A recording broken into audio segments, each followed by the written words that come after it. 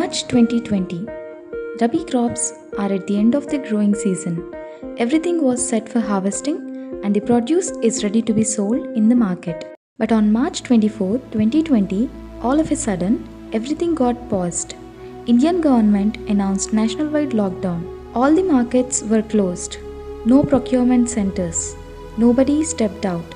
No transportation and no labor. COVID-19 has drowned the entire farming into huge losses.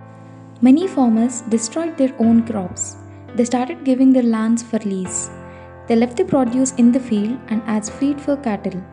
By the end of 2020, COVID-19 cases have almost slowed down. Some farmers are waiting for the demand to pick up.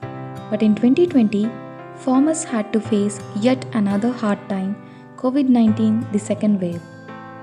Cases started increasing 10 times more than they were in 2020. Labor started demanding more wages. It's time to bring harvesters. But even the machinery owners started demanding more rent per hour. Because the temples are closed and many of us cancelled all the important ceremonies, the flower market had to see hard time, and so are the farmers. Market prices have drastically got down. Even if the produce is harvested by machines, there are no labor to carry them to the market. People even stopped consuming milk and poultry, which is affecting those sectors badly. Farmers again started destroying their crops, and it hurts. But is this the only way to handle the situation? There must be a plan B. If you're watching the video, say your farmers not to throw the valuable produce.